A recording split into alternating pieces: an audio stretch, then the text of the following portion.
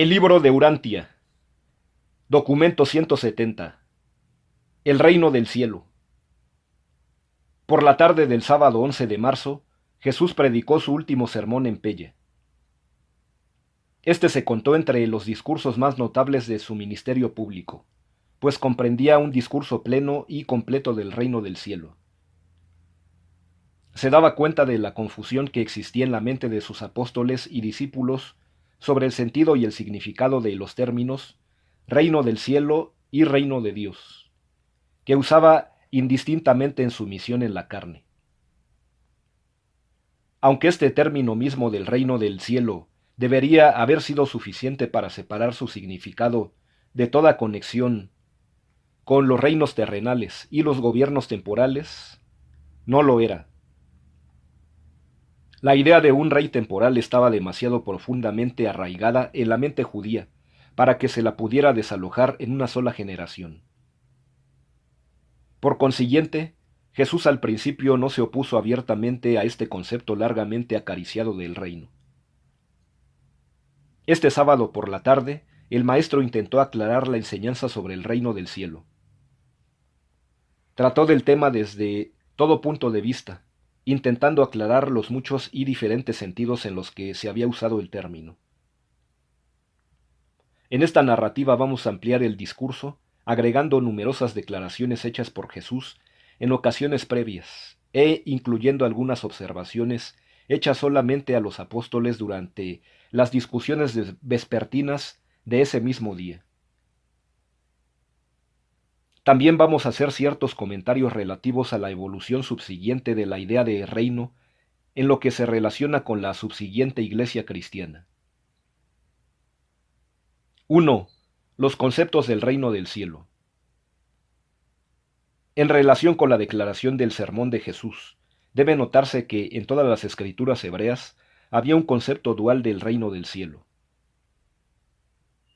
Los profetas presentaban el reino de Dios como 1. Una realidad presente y como 2.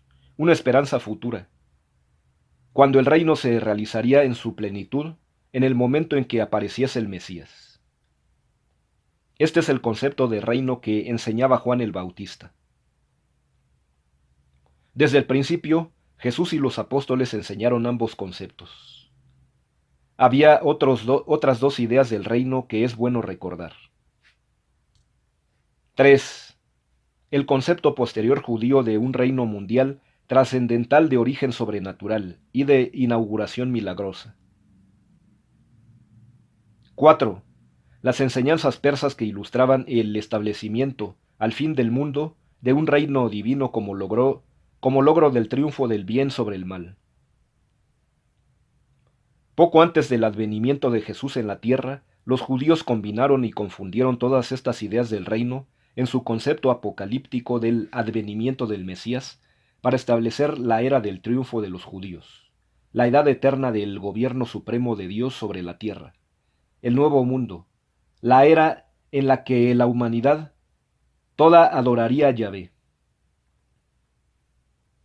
Al escoger y utilizar este concepto del reino del cielo, Jesús eligió apropiarse de la herencia más vital y culminante, tanto de la religión judía como de la persa.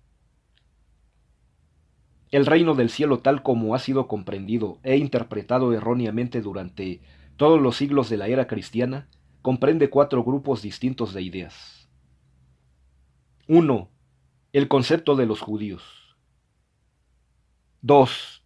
El concepto de los persas. 3. El concepto de la experiencia personal de Jesús, el reino del cielo dentro de vosotros. 4. Los conceptos compuestos y confusos que los fundadores y promulgadores del cristianismo han tratado de imponer al mundo. En momentos distintos y en circunstancias diversas, parece que Jesús pudiese haber presentado numerosos conceptos del reino en sus enseñanzas públicas, pero a sus apóstoles siempre enseñó que el reino comprende la experiencia personal del hombre en relación con sus semejantes en la tierra y con el Padre en el cielo. En relación con el reino, sus últimas palabras siempre fueron: el reino está dentro de vosotros. Los siglos de confusión que sobrevinieron respecto del significado del término reino del cielo se debieron a tres factores. 1. La confusión ocasionada por la observación de la idea del reino, tal como fue, pasando a través de las varias fases progresivas de su modificación por parte de Jesús y sus apóstoles. 2. La confusión que inevitablemente estaba asociada con el trasplante del cristianismo primitivo de suelo judío a suelo gentil. 3. La confusión inherente al hecho de que el cristianismo se transformó en una religión organizada sobre la idea central de la persona de Jesús. El Evangelio del Reino se tornó más y más una religión sobre él. 2. El concepto de Jesús sobre el reino. El maestro aclaró que el reino del cielo debe comenzar con el concepto dual de la verdad de la paternidad de Dios y el hecho correlacionado de la hermandad de los hombres, y debe centrarse en esto. La aceptación de esta enseñanza, aclaró Jesús, liberaría al hombre de una larga esclavitud de miedo animal y al mismo tiempo enriquecería el vivir humano con los siguientes dones de la nueva vida de libertad espiritual. 1. La posesión de un nuevo valor y mayor poder espiritual. El Evangelio del Reino iba a liberar al hombre e inspirarlo para que se atreviera a albergar la esperanza de vida eterna. 2. El Evangelio llevaba un mensaje de nueva confianza y verdadero consuelo para todos los hombres, aun los pobres. 3. En sí mismo era una nueva norma de valores morales, una nueva vara de ética para medir la conducta humana. Ilustraba el ideal del nuevo orden de la sociedad humana que resultaría de él. 4. Enseñaba la preeminencia de lo espiritual en comparación con lo material. Significaba las realidades espirituales y exaltaba los ideales sobrehumanos. 5. Este nuevo evangelio presentaba el alcance espiritual como meta auténtica del vivir. La vida humana recibía una nueva dotación de valor moral y dignidad divina. 6. Jesús enseñó que las realidades eternas eran el resultado o la recompensa del esfuerzo recto en la tierra. La estadía mortal del hombre en la tierra adquirió nuevo significado como consecuencia del reconocimiento de un destino noble. 7. El nuevo evangelio afirmaba que la salvación humana es la revelación de un propósito divino de largo alcance que debe ser satisfecho y realizado en el destino futuro del servicio, sin fin, de los hijos salvados de Dios. Estas enseñanzas comprenden la idea ampliada del reino que enseñó Jesús. Este gran concepto casi no pudo encontrar en las enseñanzas del reino, elementales y confusas, de Juan el Bautista. Los apóstoles eran incapaces de aprehender el significado real de la declaración del Maestro sobre el reino. La distorsión subsiguiente de las enseñanzas de Jesús, tal como se las encuentra en el Nuevo Testamento, se debe al hecho de que el concepto de los que escribieron los Evangelios estaba teñido por la creencia de Jesús en ese momento, se había ausentado del mundo tan solo por un corto tiempo, que pronto retornaría para establecer el reino en poder y gloria. La misma idea que ellos habían mantenido mientras estaba él con ellos en la carne. Pero Jesús no vinculaba el establecimiento del reino con la idea de su retorno a este mundo. El hecho de que hayan pasado siglos sin ningún signo de la aparición de la nueva era no está de ninguna manera en desacuerdo con las enseñanzas de Jesús. El gran esfuerzo contenido en este sermón fue un intento de traslucir el concepto del reino del cielo en un ideal de la idea de hacer la voluntad de Dios. Durante mucho tiempo había enseñado el Maestro a sus seguidores a que oraran: «Venga tu reino, hágase tu voluntad». Y en este momento intentó con gran intensidad inducirlos a que abandonaran el uso del término reino de Dios en favor del equivalente, más práctico, la voluntad de Dios. Pero no tuvo éxito. Jesús deseaba sustituir la idea de reino, rey y súbditos por el concepto de familia celestial. Padre celestial e hijos liberados de Dios ocupados en el servicio gozoso y voluntario de sus semejantes, y en adoración sublime e inteligente de Dios el Padre. Hasta ese momento, los apóstoles habían adoptado un doble punto de vista del reino. Lo consideraban 1. Un asunto de experiencia personal presente en ese momento en el corazón de los verdaderos creyentes. Y 2. Una cuestión de fenómeno racial o mundial, que el reino existiría en el futuro, algo que se podía añorar.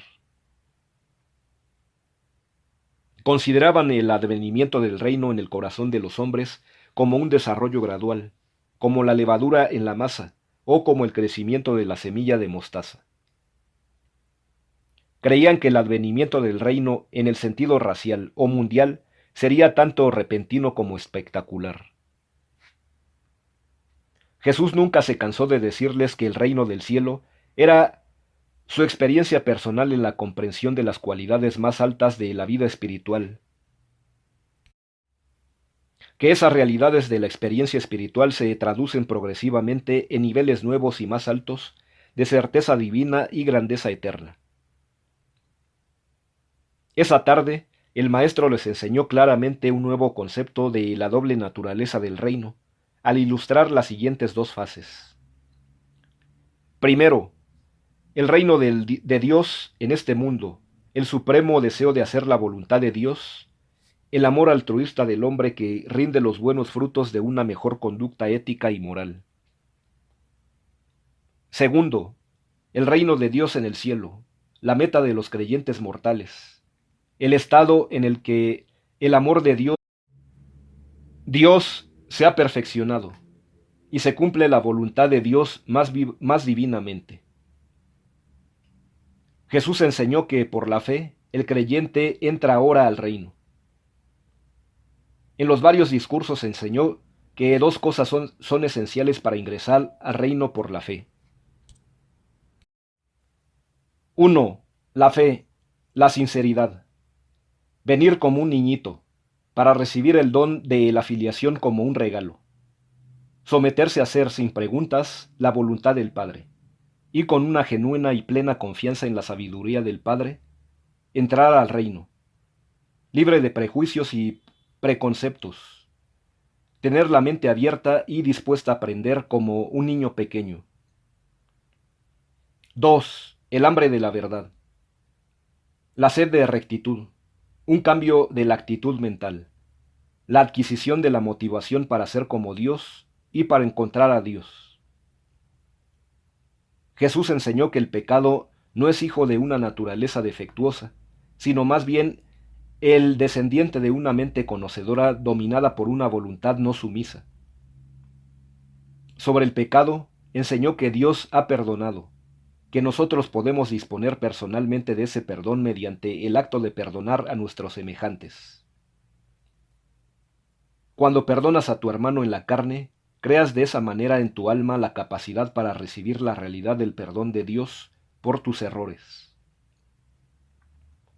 Cuando el apóstol Juan comenzó a escribir la historia de la vida y las enseñanzas de Jesús, los primeros cristianos ya habían tenido tantos problemas con la idea del reino de Dios y las persecuciones por ella generadas que prácticamente había abandonado el uso de este término.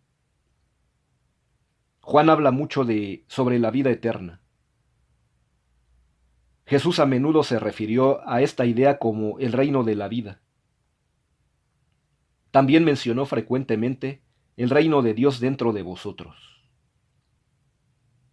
Una vez habló de tal experiencia como la hermandad de la familia con Dios el Padre.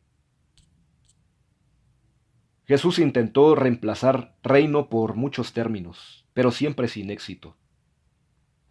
Entre otros usó la familia de Dios, la voluntad del Padre, los amigos de Dios, la comunidad de los creyentes, la hermandad del hombre, el redil del Padre, los niños de Dios, la comunidad de los fieles, el servicio del Padre y los hijos liberados de Dios.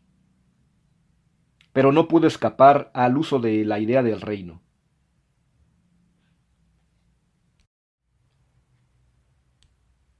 Tan solo más de 50 años más tarde, después de la destrucción de Jerusalén por los ejércitos romanos, este concepto del reino comenzó a transformarse en el culto de la vida eterna a medida que sus aspectos sociales e instituciones fueran incorporados por la Iglesia cristiana en rápida expansión y cristalización. 3. En relación con la rectitud.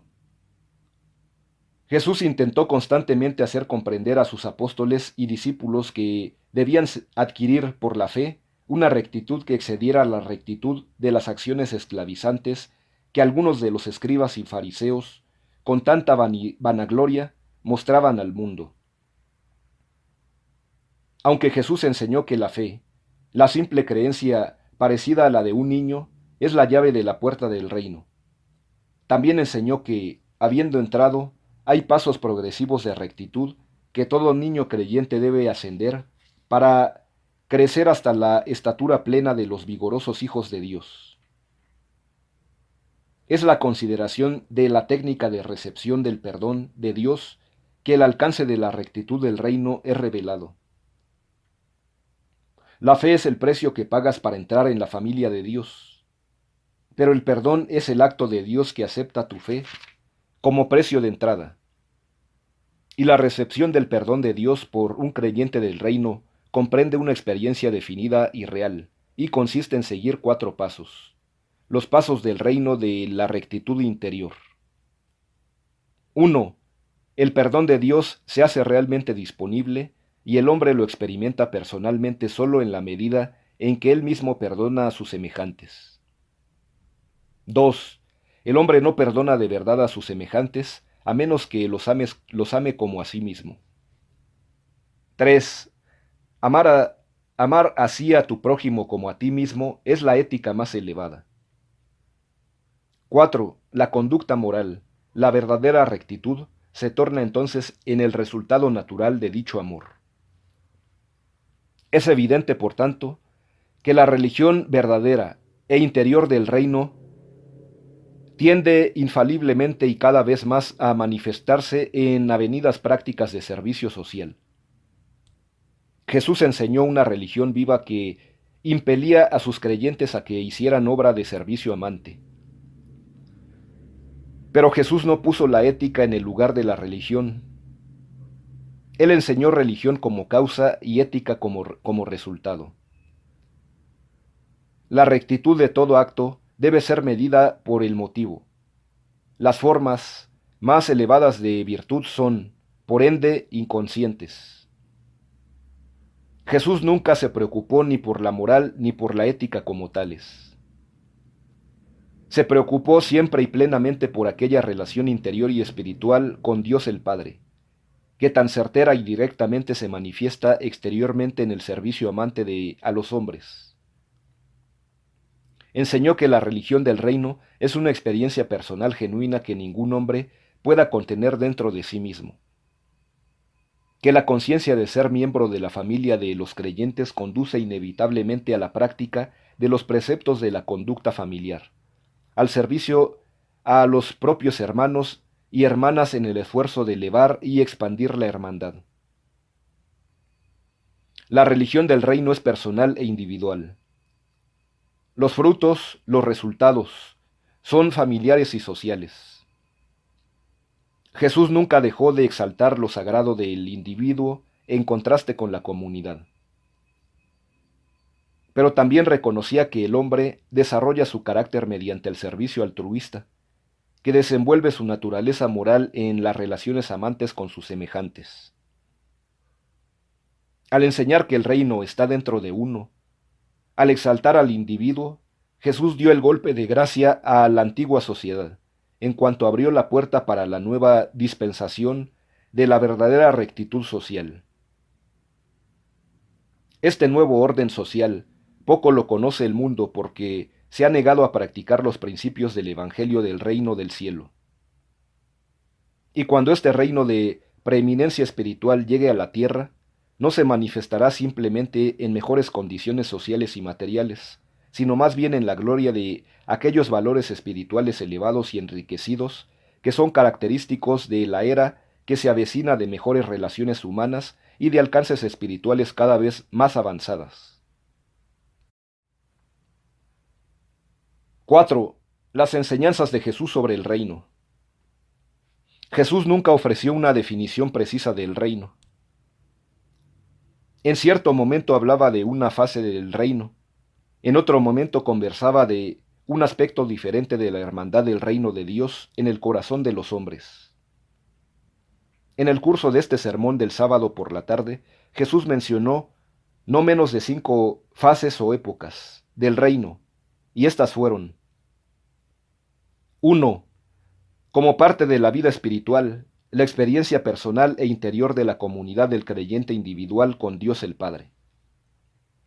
2. La hermandad en crecimiento de los creyentes del Evangelio, los aspectos sociales de moral más elevada y de ética más noble que resultan del reinado del Espíritu de Dios en el corazón de los creyentes individuales. 3. La hermandad supermortal de los seres espirituales invisibles que prevalecen en la tierra y en el cielo, el reino sobrehumano de Dios. 4. La perspectiva de una satisfacción más completa de la voluntad de Dios, el avance hacia el amanecer de un nuevo orden social en relación con un vivir espiritual mejorado, la próxima etapa del hombre. 5. El reino en su plenitud, la era espiritual futura de luz y vida en la tierra. Por lo tanto, es necesario siempre que examinemos las enseñanzas del Maestro para determinar a cuál de estas 5 fases puede estar haciendo referencia cuando usa el término reino del cielo. Mediante este proceso de modificación gradual y de la voluntad del hombre, que a su vez afecta a las decisiones humanas, Miguel y sus asociados de igual modo gradual, pero certero, están cambiando el entero curso de la evolución humana, tanto social como en otros aspectos. En esta ocasión, el maestro hizo hincapié sobre los siguientes 5 puntos como representación de las características cardinales del Evangelio del Reino. 1. La preeminencia del individuo. 2. La voluntad como factor determinante en las experiencias del hombre. 3. La comunidad espiritual con Dios el Padre. 4. Las satisfacciones supremas del servicio amoroso del hombre. 5. La trascendencia en la personalidad humana de lo espiritual sobre lo material. Este mundo no ha probado nunca seria y sinceramente u honestamente estas ideas dinámicas, estos ideales divinos de la doctrina de Jesús, del reino del cielo. Pero no debéis desalentaros por el progreso aparentemente lento de la idea del reino en Urantia. Recordad que el orden de la evolución progresiva está sujeto a periódicos cambios repentinos e inesperados, tanto en el mundo material como en el mundo espiritual. El autootorgamiento de Jesús como Hijo encarnado fue precisamente un acontecimiento extraño e inesperado de esa naturaleza en la vida espiritual del mundo. No cometas tampoco el error fatal, al buscar la manifestación del reino en la era, de no ocuparos de establecerlo en vuestra alma. Aunque Jesús atribuyó una fase del reino al futuro, y en numerosas ocasiones sugirió que dicho evento podría aparecer como parte de una crisis mundial, y aunque también, con certidumbre, en varias ocasiones, prometió definitivamente que algún día retornaría a Urantia, es necesario aclarar que nunca vinculó positivamente estas 2 ideas entre sí. Prometió una nueva revelación del reino sobre la tierra en algún tiempo futuro. También prometió que alguna vez volvería en persona a este mundo, pero no dijo que los 2 acontecimientos fueran sinónimos. Por todo lo que sabemos, estas promesas pueden referirse al mismo acontecimiento o no. Sus apóstoles y discípulos vincularon con certeza estas dos enseñanzas. Cuando el reino no se materializó tal como ellos habían esperado, recordando la enseñanza del Maestro sobre un reino futuro y recordando su promesa de volver, llegaron a la conclusión de que estas promesas se referían a un acontecimiento idéntico. Por lo tanto, volvieron a la esperanza de un segundo advenimiento inmediato con el fin de establecer el reino en su plenitud y con poder y gloria. Así también han vivido generaciones sucesivas de creyentes en la tierra con la misma esperanza inspiradora como desalentadora. 5. Las ideas posteriores sobre el reino. Habiendo resumido las enseñanzas de Jesús sobre el reino del cielo, se nos permite narrar ciertas ideas posteriores atribuidas al concepto del reino y hacer un pronóstico profético del reino, tal como puede evolucionar en la era venidera. A lo largo de los primeros siglos de propaganda cristiana, la idea del reino del cielo estuvo enormemente influida por los conceptos, por aquel entonces en rápida difusión, del idealismo griego, la idea de lo natural como sombra de lo espiritual, lo temporal como sombra de lo eterno en el tiempo. Pero el gran paso que marcó el trasplante de las enseñanzas de Jesús de un suelo judío a un suelo gentil se tomó cuando el Mesías del reino se volvió el redentor de la Iglesia, una organización religiosa y social que creció de las actividades de Pablo y de sus sucesores, y que se basó en las enseñanzas de Jesús, suplementadas por las ideas de Filón y las doctrinas persas del bien y del mal. Las ideas e ideales de Jesús, comprendidas en la enseñanza del Evangelio del Reino, casi no se realizaron ya en sus seguidores, distorsionaban progresivamente sus declaraciones. El concepto del reino explicado por el Maestro fue notablemente modificado por dos grandes tendencias. 1. Los creyentes judíos persistieron en considerarle al Mesías. Creían que Jesús pronto retornaría para establecer realmente el reino mundial y más o menos material. 2. Los cristianos gentiles comenzaron muy pronto a aceptar las doctrinas de Pablo, que llevaban cada vez más a la creencia general de que Jesús era el Redentor de los hijos de la Iglesia, que era la sucesora nueva e institucional del concepto anterior de hermandad puramente espiritual del reino. La Iglesia, como desarrollo social del reino, habría sido totalmente natural y aún deseable. El mal de la Iglesia no estribó en su existencia, sino más bien en el hecho de que suplantó casi completamente el concepto del reino elaborado por Jesús. La Iglesia institucionalizada de Pablo se volvió virtualmente el sustituto del reino del cielo que Jesús había proclamado. Pero no dudéis, este mismo reino del cielo que el Maestro enseñó existe en el corazón del creyente, y resta ser proclamado a esta Iglesia cristiana y aún a todas las demás religiones, razas y naciones de la tierra, aún a cada ser. El reino enseñado por Jesús, el ideal espiritual de la rectitud individual y el concepto de la comunidad divina del hombre con Dios, se fue sumergiendo paulatinamente en el concepto místico de la persona de Jesús como redentor creador y cabeza espiritual de una comunidad religiosa socializada. De esta manera, una iglesia formal e institucional se volvió el sustituto de una hermandad del reino formada por individuos guiados por el Espíritu. La iglesia fue el resultado social inevitable y útil de la vida y de las enseñanzas de Jesús. La tragedia consistió en el hecho de que esta reacción social a las enseñanzas del reino desplazara tan plenamente el concepto espiritual del verdadero reino tal como Jesús lo había enseñado y vivido. El reino para los judíos era la comunidad israelí. Para los gentiles se volvió la iglesia cristiana. Para Jesús el reino era la suma de aquellos seres que habían confesado su fe en la paternidad de Dios. declarando de ese modo su dedicación total a hacer la voluntad de Dios, volviéndose así miembros de la hermandad espiritual del hombre. El maestro se daba cuenta plenamente de que aparecerían en el mundo ciertos resultados sociales como consecuencias de la diseminación del Evangelio del Reino. Pero era su intención que todas esas manifestaciones sociales deseables aparecieran como crecimientos inconscientes e inevitables, o frutos naturales de la experiencia personal interior de los individuos creyentes, de la comunidad espiritual y comunión con el Espíritu Divino que reside en todos los creyentes y los activa.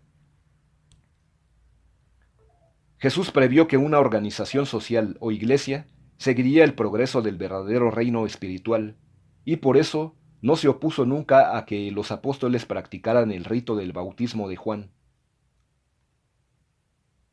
Enseñó que el alma amante de la verdad, el alma que tiene hambre y sed de rectitud, de Dios, es admitida por la fe al reino espiritual. Al mismo tiempo, los apóstoles enseñaron que dicho creyente es admitido a la organización social de los discípulos mediante el rito exterior del bautismo. Cuando los seguidores inmediatos de Jesús descubrieron que el ideal del establecimiento del reino en el corazón de los hombres, mediante el dominio y la guía del Espíritu en cada creyente, les había fracasado parcialmente, dispusieron salvar sus enseñanzas del total olvido, sustituyendo el ideal del reino del Maestro por la creación gradual de una organización social visible, la Iglesia cristiana. Después de efectuar este programa de sustitución para mantener la uniformidad y asegurar el reconocimiento de las enseñanzas del Maestro sobre el hecho del reino, proyectaron la idea del reino al futuro. La Iglesia, en cuanto estuvo bien establecida, comenzó a enseñar que el reino aparecería en realidad cuando culminara la era cristiana, con el segundo advenimiento de Cristo. De esta manera, el reino se tornó el concepto de una era, la idea de una visitación futura, y el ideal de la redención final de los santos del Altísimo. Los primeros cristianos y muchos de los que vinieron después perdieron de vista en general la idea del Padre e Hijo, que era la esencia de las enseñanzas de Jesús sobre el reino, sustituyéndola por la bien organizada comunidad social de la Iglesia. La Iglesia de este modo se volvió principalmente una hermandad social que desplazó efectivamente el concepto e ideal de Jesús de una hermandad espiritual.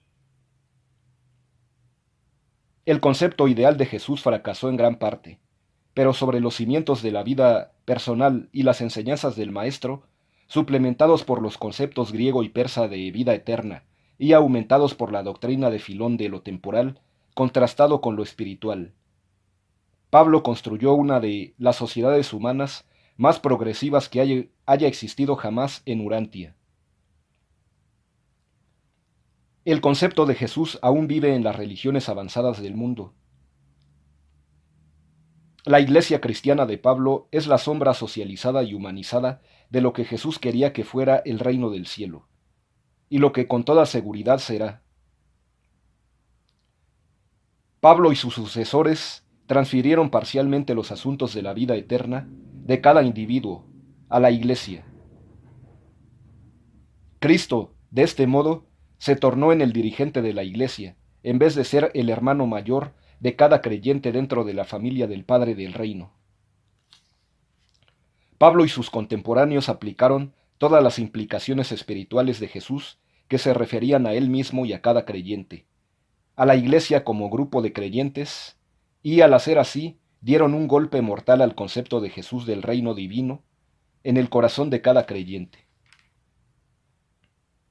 Así pues, durante siglos, la Iglesia cristiana ha laborado en una situación altamente embarazosa, porque se atrevió a reclamar para sí aquellos poderes y privilegios misteriosos del reino, que tan solo pueden ser ejercidos y experimentados entre Jesús y sus hermanos creyentes espirituales.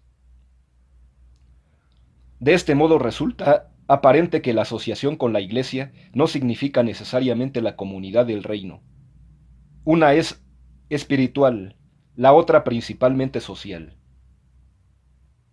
Tarde o temprano surgirá otro Juan el Bautista más grande, que proclamará que el reino de Dios está cerca, significando un retorno del elevado concepto espiritual de Jesús, quien proclamó que el reino es la voluntad de su Padre Celestial que domina y trasciende en el corazón del creyente, y haciéndolo así sin referirse de ninguna manera ni a la Iglesia visible en la tierra, ni al segundo advenimiento anticipado de Cristo.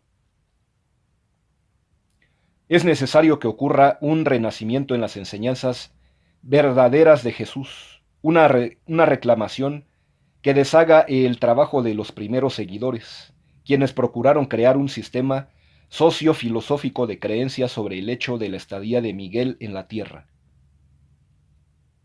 En poco tiempo, la enseñanza de esta historia sobre Jesús prácticamente suplantó la predicación del Evangelio del Reino de Jesús. Así pues, una religión histórica desplazó aquella enseñanza en la cual Jesús había combinado las ideas morales y los ideales espirituales más elevados del hombre, con la esperanza más sublime del hombre para el futuro, la vida eterna. Y ese era el Evangelio del Reino. Es justamente porque el Evangelio de Jesús tenía tantas facetas que en el curso de pocos siglos los estudiantes de los documentos sobre sus enseñanzas se dividieron en tantos cultos y sectas. La triste subdivisión de los creyentes cristianos resulta del fracaso de discernir en muchas enseñanzas del Maestro la singularidad divina de su incomparable vida única. Pero algún día, los verdaderos creyentes de Jesús no estarán así divididos espiritualmente en su actitud ante los no creyentes. Siempre podemos tener diversidad de comprensión intelectual e interpretación, aún diversos grados de socialización, pero la falta del sentimiento de fraternidad espiritual es inexcusable y reprensible. No os equivoquéis. Existe en las enseñanzas de Jesús una naturaleza eterna que no le permite permanecer por siempre sin frutos en el corazón de los hombres pensadores. El reino tal como lo concibió Jesús ha fracasado en gran parte en la tierra, porque ahora una iglesia exterior ha tomado su lugar. Pero debéis comprender que esta iglesia es tan solo la etapa larval del reino espiritual impedido, que lo llevará a través de esta era material a una dispensación más espiritual en la que las enseñanzas del Maestro gozarán de una oportunidad más plena para su desarrollo.